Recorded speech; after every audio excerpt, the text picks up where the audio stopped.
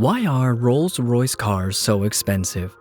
Since building their first motor car in 1904, Rolls-Royce has had one simple mantra: to build the best car in the world. Despite significant setbacks along the way, including liquidation in the early 1970s, which resulted in the business becoming nationalized and effectively owned by the British government, Rolls-Royce has risen from the ashes to become the epitome of modern motoring luxury.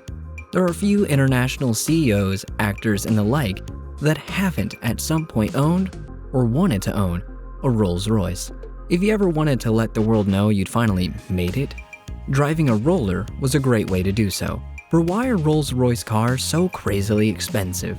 We're going to take a look at what goes into not only crafting the most iconic car on the road, but how it affects anyone lucky enough to have one on their driveway. But before we hit the road, don't forget to click the red subscribe button, ring the bell to never miss another of our videos, and hit us with a thumbs up so we can keep making content you love to watch.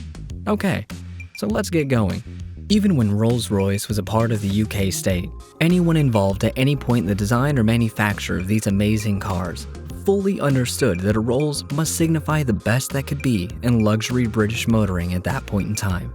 So when the body shells of the Silver Shadow, Silver Cloud, and Silver Spirit were being made by the pressed steel Fisher Company at the infamous British Leyland Cowley factory in Oxford, everything had to be done perfectly. While the same factory was looking to crank out 30 cars or more an hour, the V building facility where they produced the Rolls bodies would do 65 a week at most. This was, of course, back in time before the so-called Third Industrial Revolution, and the onset of digitalization had truly begun. As such, technology was somewhat limited compared to where we are these days, where now anyone looking to purchase a Rolls-Royce may be more concerned with the number and color of the diamonds that will be hand-sewn into the headliner. Back in the day, it was all about how smooth and quiet the ride would be. One Rolls looked very similar to another at this period in time, due to limitations on budget and, of course, technology, and making radically shaped body panels, which simply wasn't available at the end of the 20th century. That being said, customers were still able to specify upgrades to try to make their Rolls-Royce as unique and special to them as they could. The most typical way at this point in the history of Rolls-Royce was to upgrade to a special coach-built version of the car. The most well-known of these was the Mulliner Park Ward, which was a subsidiary of Rolls-Royce itself. By opting for a true coach-built roller, you could get upgraded engines, bodywork, and of course, leather and dashwork inside. Often a coach-built Rolls-Royce would have a different name to the original it was based on, which of course meant that if you wanted the best, you had to pay a little more still for the ultimate privilege.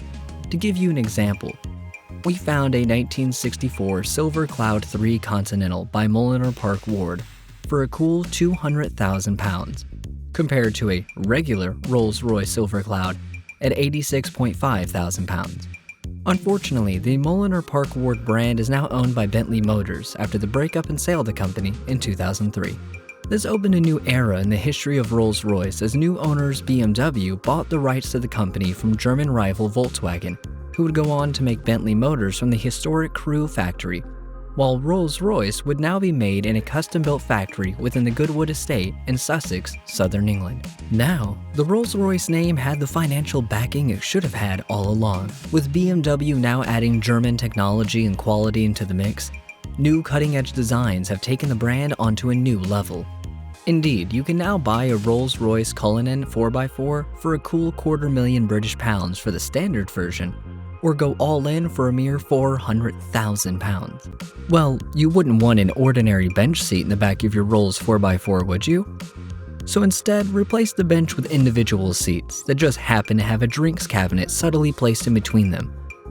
Of course, there's no point in a drinks cabinet if you aren't able to drink anything, and Rolls-Royce have thought of that for you too, by adding branded whiskey glasses, champagne flutes, and even a fridge. But we're not done yet. Getting in and out of your typical 4x4 means having to stretch and climb to get into the thing. Not if you own a Cullinan.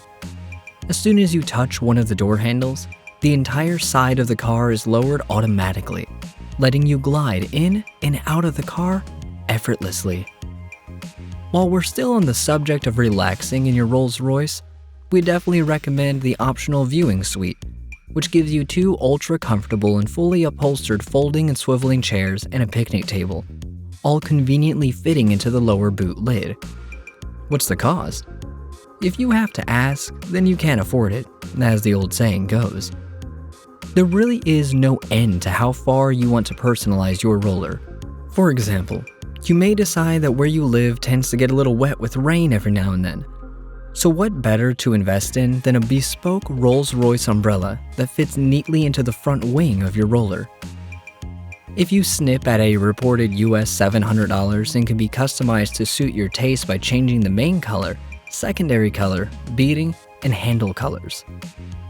There are 8 standard colors to choose from just for the handle, but why be limited to just the standard options?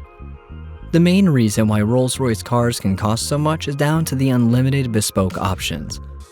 If you believe you're going to keep the car and you're unlikely to want to sell it, then you could also opt for bespoke embroidery into the headrest of the car. This could be your initials or a logo of some kind. You could also have that, or indeed anything else you wanted, added into the dash by one of Rolls-Royce Motors' skilled artisans.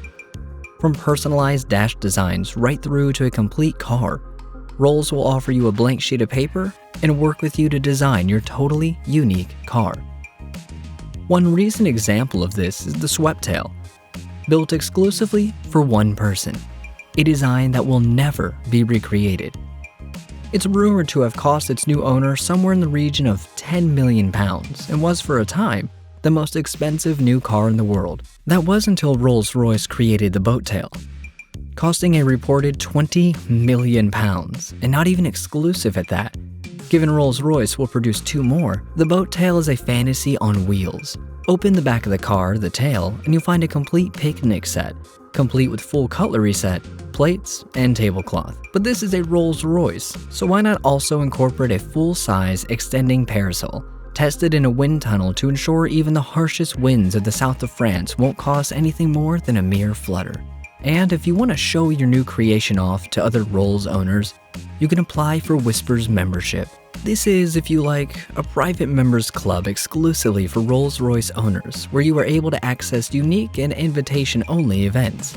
There really is nothing like a Rolls-Royce in terms of ultimate luxury and the ability to create something exclusively yours. So if you have a desire to have the most unique, ultra-luxury vehicle in the world, and money is really no object, contact Rolls-Royce and let them start, as they always do, with a completely blank sheet of paper. That's it for our video explaining why Rolls-Royce cars are so expensive. Thank you for watching. It's been fun having you with us. Did you agree with our explanation? Let us know in the comments and be sure to subscribe and ring the bell to get notified about our latest videos. We'll see you again soon.